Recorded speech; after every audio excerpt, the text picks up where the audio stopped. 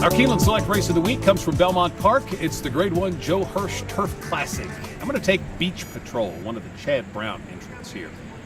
The jockey is Joel Rosario, and that's noteworthy. He rode this horse last time to a narrow victory in the Arlington Million, and this is a horse that has had a tendency to finish second more often than win. So a strong finishing rider like Rosario may have been the ticket for this horse, and this may be the ideal matchup to enable Beach Patrol to be at his best.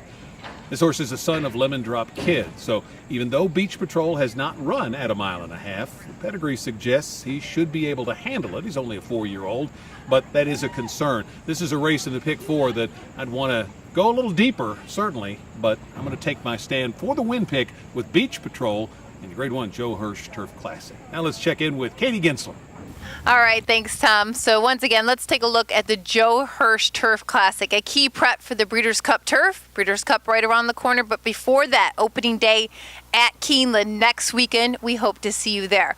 So let's go to Belmont for the Turf Classic. I ended up going to Sadler's Joy on top. Really fallen in love with this horse, especially off of his last performance. Very impressive when he made a big run from the outside to get up in time to win the Sword Dancer. Going off that performance and several others, he is good enough to hopefully repeat that effort or improve off of it. So I'll take him on top with rider Julian LePeroux, who's really ridden him in some of his best efforts. Now, Tom's top selection, Beach Patrol, fits here as far as credentials go. Just a little concerned about the distance. And then a couple of long shots I think you should really tune in on in the Turf Classic is Ascend from Grand Motion's barn. He's been doing great with this horse just in 2017 alone. Again, that's Ascend at 12-1.